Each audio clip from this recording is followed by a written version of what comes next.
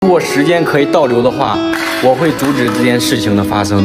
这是一台80年代刘德华座驾本田 NSR 250 P4，现在的外表模样看着格外的心疼，因为在试车的时候不幸的发生了侧翻，车上的零件散落一地。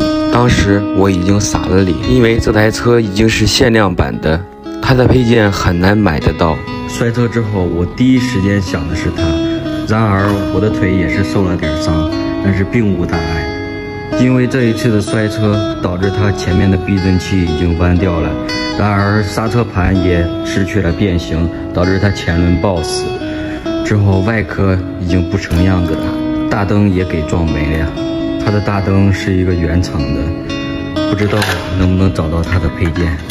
讓我最擔心的還是它的引擎，因為這一次摔車導致它沒法啟動。我希望它的引擎是健康的。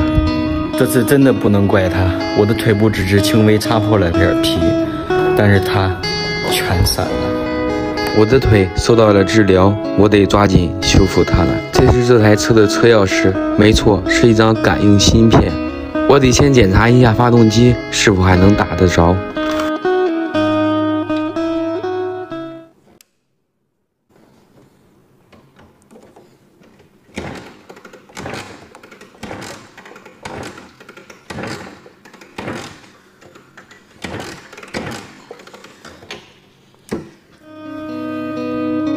因為側翻的重摔，現在已經打不着了。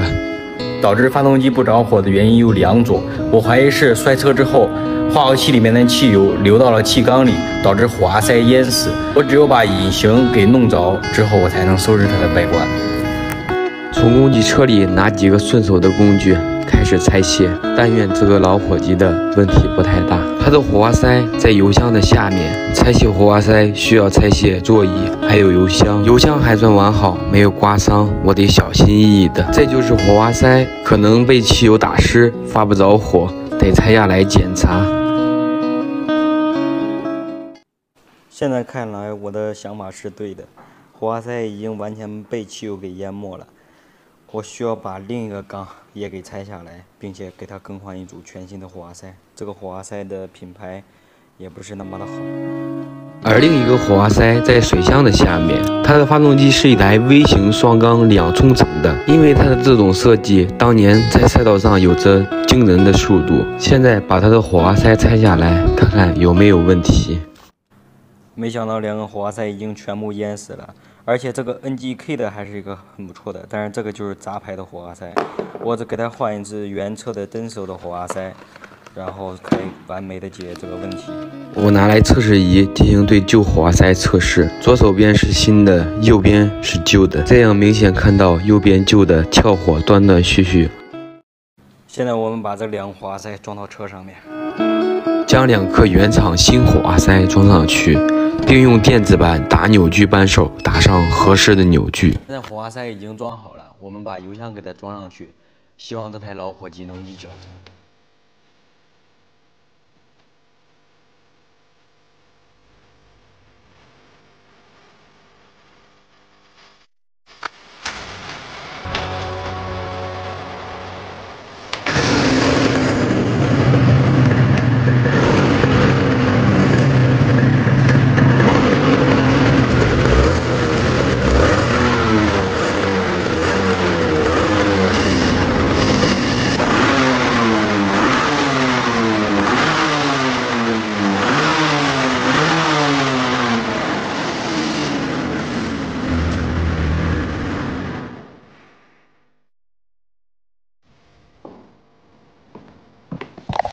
還好發動機的狀態一切正常，開閥也沒有問題，乾式離合器也分離得非常的完美。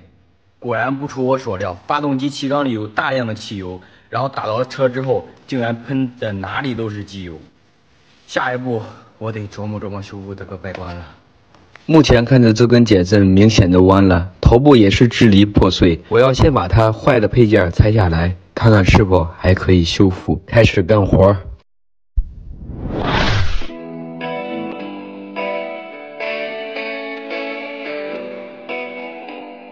這把工具拆卸螺絲太慢了，我得使用別的技能了。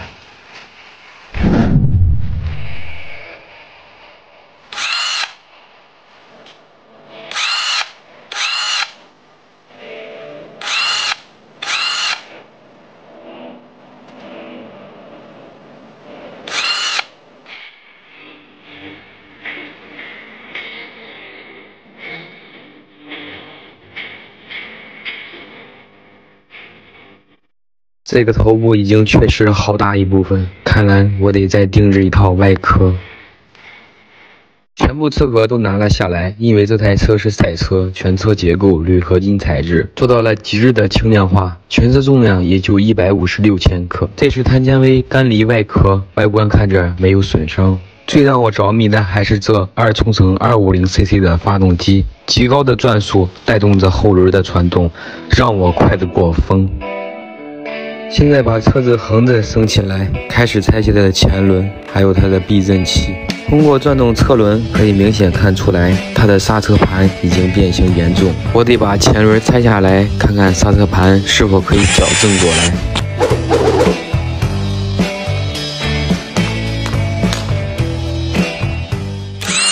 拿下來之後，看到被什麼硬物碰成這個樣子，應該還能修理。現在開始拆卸前避震，這2根避震明顯看到右邊已經彎了。這次摔車沒想到這麼嚴重，我得抓緊定制它的外殼，還有修復它的避震器。我把它需要的配件做下筆記。這次摔車真的不怪它，是因為我沒有配合好它的過彎動作，卻把它摔成這樣。有些時候我真的把它當人看了。我看到現在一幕，如同跟我生死相依的兄弟受了傷，已經不能動彈。雖然他不會說話，但是把他啟動煙霧彌漫的那一刻，告訴我他沒事。會問我怎麼你怕了？我就因為他讓我有了鬥志，鼓勵我挑戰自己，讓這老伙計在這角落休息一會兒。配件再不好找，我也要修好這個老伙計，讓他再站起來跟我一塊兒并肩戰鬥。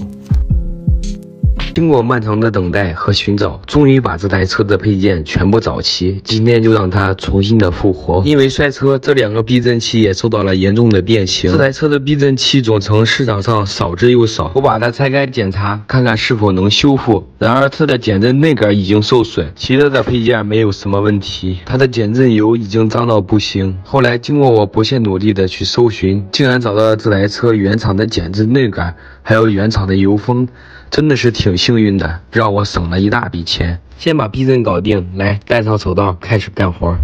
這2個避震器是1990年的產物，我得小心翼翼的組裝，生怕弄壞了找不到配件。這是減震內腔、減震外筒、減震內桿還有襯套一塊組成的。這個減震內腔頂部有可調節螺絲，可以調節減震軟硬，調節減震軟硬的機關就在下面。通過上面螺絲的旋轉，可以調節這些小孔進油多或者進油少，從而形成了可調節軟硬。來，一塊把它組裝起來。用量杯倒少許的減震油，塗抹到內桿的底部。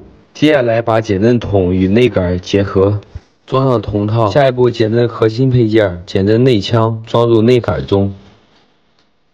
接着上緊底部螺絲。接着下一步開始組裝減震密封系統，裝上墊片。下一個開始減震油封，它的作用就是封住內部的油。我從工具櫃拿來炸油封專用工具，這個工具可以分開2半，套在內桿上，將油封炸到規定的位置。接着裝入油封的卡環，還有最外面的塵封。最後一步就是要加進新的減震油。這台車的減震油量是400毫升。旋緊減震內腔與內桿的螺紋，封住內部的減震油。現在已經更換完畢，壓一壓減震的阻尼還算可以。另一根也是剛才這樣更換了內桿，還有更換了新的油封。這2根減震現在目前已經全部保養完畢。從下压的痕跡可以看出，這2根減震下压的力度是一樣的，說明這2根減震的阻尼值也就是一樣的。现在我們把這2根減震馬上裝上車上。9月的天氣秋高氣爽，雲淡風輕，不出意外的話，今天可以將它修復完畢，咱倆去試車。現在開始裝避震固定螺絲，我從工具櫃拿來電子版打扭矩扳手，對它的減震每個螺絲打上合適扭矩。下一步開始組裝前輪總成，因為這次摔車，制動盤也變形了，為了安全起見，也更換了一套制動盤。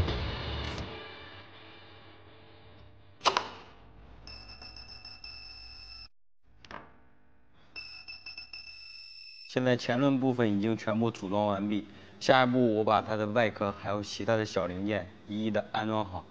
試一下它的减震的回弹力度。装上前车轮，车子终于可以落地了。现在试一下装车后的避震回弹阻尼。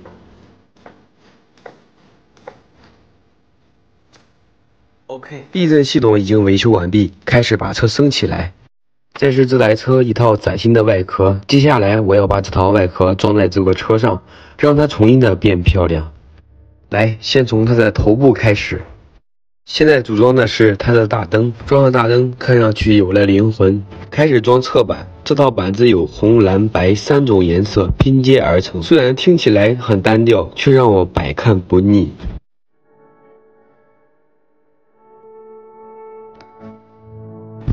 這個像毛毛蟲的一樣的東西，其實是它的後面的一個主物盒，裡面可以放2瓶礦泉水這樣的大量的溶剂。這台車雖然是賽道版的，但是有些地方還是挺實用的。我要加快速度，裝完它的外殼，我已經迫不及待的想去試車。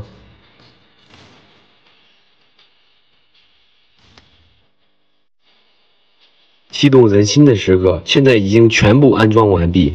看起來真的很漂亮。我手裡拿着的是它的鑰匙，一個感應卡片。但你看一下它的開鎖方式，